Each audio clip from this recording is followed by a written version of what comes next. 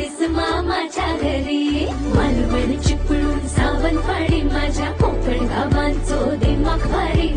दिसते भारी गणपतीची स्वारी माझ्या कोकणा वाटे